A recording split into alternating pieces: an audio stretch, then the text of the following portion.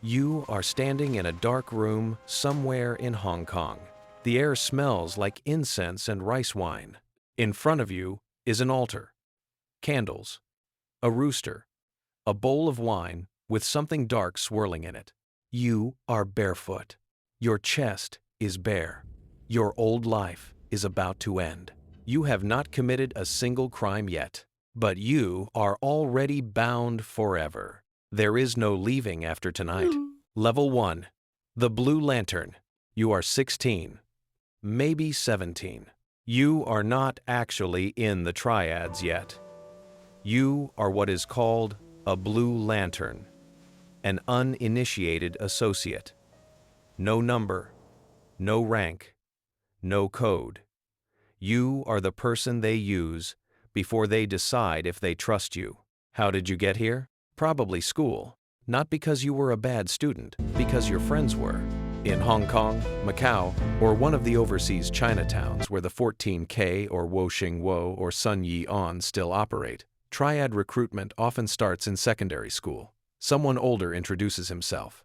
Seems cool. Has money. Treats you like a brother. One thing leads to another. Your job is nothing glamorous. You run messages. You watch a corner and radio back who comes and goes. You collect envelopes from shop owners and deliver them up the chain. You never open the envelope. You do not know how much is inside. You do not ask. You get paid very little. Enough to buy new sneakers, eat better than your friends, feel like you matter. But you are being watched constantly. How do you handle pressure? Do you talk too much? Do you flinch? Do you run when things get dangerous? If you pass, you get invited to a ceremony. If you fail, or if you are caught by police, they simply deny you exist. You are nothing yet. Level 2. The 49er. The ceremony takes hours. You enter barefoot, bare-chested. Before you can go further, you face a gate. 2 swords crossed in front of you, held by senior members. You answer ritual questions in ancient Cantonese. The right answers have been memorized. The wrong answers mean you do not pass. You walk under the swords. This is called passing the mountain of knives. You walk through 2 more gates. Each one has a name. Each one has a poem. You pass through a bamboo hoop called the Heaven and Earth Circle. It represents death and rebirth. The person who entered this room is gone. In front of the altar, you kneel. You swear 36 oaths. 36 vows of loyalty, silence, and brotherhood. Oath 22. Never reveal Triad secrets to outsiders. Oath 36. If you do, you will be killed by 10,000 swords. A rooster is brought forward. It is beheaded. The blood drips into a bowl of wine. Ashes are added. You drink it. The bowl is shattered on the altar. You are told that is what happens to traitors. You are now a 49er, a soldier, a sworn brother. Day to day, your life is unglamorous and relentless. You collect protection money from restaurants, fish markets, nightclubs, minibus drivers. You show up in groups to intimidate people who do not pay. You fight other Triad soldiers when territory is disputed. You get a fixed cut of what you collect, which sounds fair until you realize your boss takes the majority and there is no one to complain to. You will spend years here, maybe your whole career. Most 49ers never rise further. The brotherhood feels real in year 1. By year 3, it is just a job with no exit. Level 3. The Straw Sandal. You have proven yourself. You are trusted. And so you have been given one of the most important and least understood jobs in the entire organization. You are the Straw Sandal, the liaison. Your job is communication between different units within your own triad, between your triad and allied groups, and sometimes between your triad and rivals during negotiations or truces. The triads do not have an org chart. Everything runs on relationships and coded language. If the enforcer in Kowloon needs to coordinate a debt collection with the enforcer in Wan Chai, they do not call each other directly. They go through you. You know everyone. Everyone knows you. You are indispensable. You are also one of the most exposed people in the structure. If something goes wrong in a deal, if a meeting gets raided, if a negotiation collapses, you were there. You are the one who set it up. You are the one both sides can point to. You carry information that could destroy a dozen people, which means a dozen people are always watching to make sure you never open your mouth. The good news, you are not doing street-level collection anymore. The bad news, you are attending meetings between dangerous men who all have reasons to lie to you. Welcome to middle management. Level 4.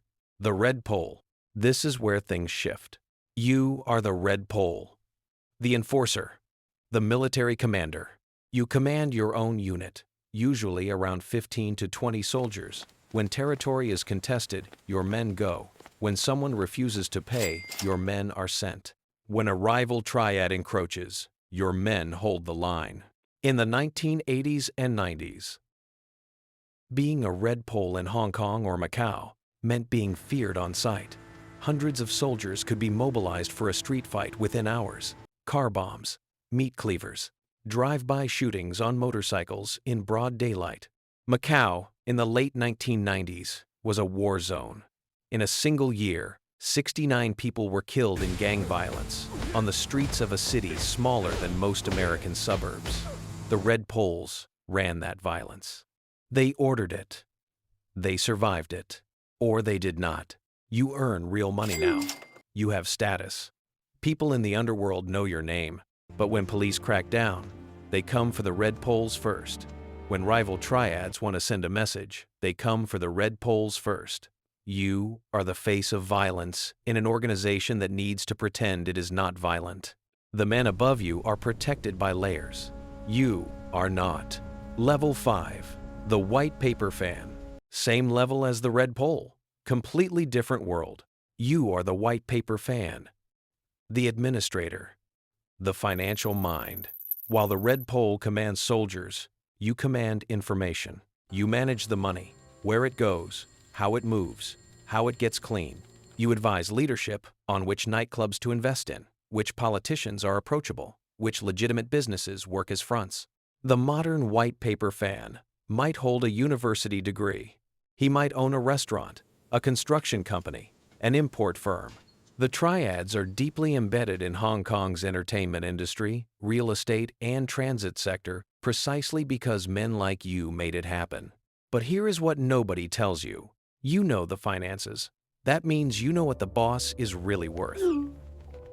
You know who has been skimming. You know which politicians are on the payroll. You are a threat to everyone above you. Trust is the only currency at this level, and it can be withdrawn without warning. Level 6. The Dragonhead. 489. The Mountain Master. The Dragonhead. This is the top. The absolute summit of one of the oldest criminal organizations in human history. What does your life actually look like? Consider Wan Kwok Koi, better known as Broken Tooth, Dragonhead of the 14K Triad in Macau during the 1990s. A slum kid who got shot twice, attacked with meat cleavers by rivals, and lost 9 teeth in a single fight. Hence the name. He rose to command thousands of soldiers and a criminal empire built on casino VIP rooms, extortion, and control of Macau's streets. At his peak, he wore silk suits and gave interviews to Time and Newsweek like a celebrity. He was so powerful that when a film crew wanted to shoot on the Macau Bridge and the government said no, Broken Tooth closed the bridge himself. He halted all traffic for 2 hours, with no warning and no permission, just power. He was arrested in 1998. Macau built a prison specifically to hold him. He got out in 2012. Within weeks, he was back in business. By 2017, he was launching a cryptocurrency. By 2020, he was sanctioned by the United States Treasury. As of 2024, he was being photographed at a compound in the Golden Triangle, one of the world's leading hubs for drug production and human trafficking. That is what the Dragonhead looks like. You are not above the law. You are simply so far removed from any individual crime that the law struggles to reach you. The money flows up through so many layers that by the time it reaches you, it looks almost clean. But the weight is permanent. Every enemy you have ever made knows your name. Every man beneath you who wants what you have is watching for weakness. Every government with jurisdiction is building a case. You cannot retire. There is no triad pension, no graceful exit. The men who have tried to walk away have been killed for it. The 14K has around 20,000 members. The Sun Yi On, the largest triad in the world, has more. Combined, the major triads span more than 30 countries on every inhabited continent. You sit at the top of all of it, and you sleep with one eye open every single night. The triads began as a resistance movement, men who swore blood oaths and vowed to die before they betrayed their brothers. 300 years later, the blood oaths are still there. The rooster, the 36 vows, the bowl that shatters to show you what happens to traitors. But the dynasty they were trying to overthrow? Gone for over a century. What remains is the machine. The hierarchy that stretches from a 16-year-old running envelopes in a Hong Kong side street all the way up to a sanctioned crime boss launching cryptocurrency from a compound in Myanmar. The brotherhood is real, right up until it is not. And the exit has always been the same: prison or a grave. You chose this.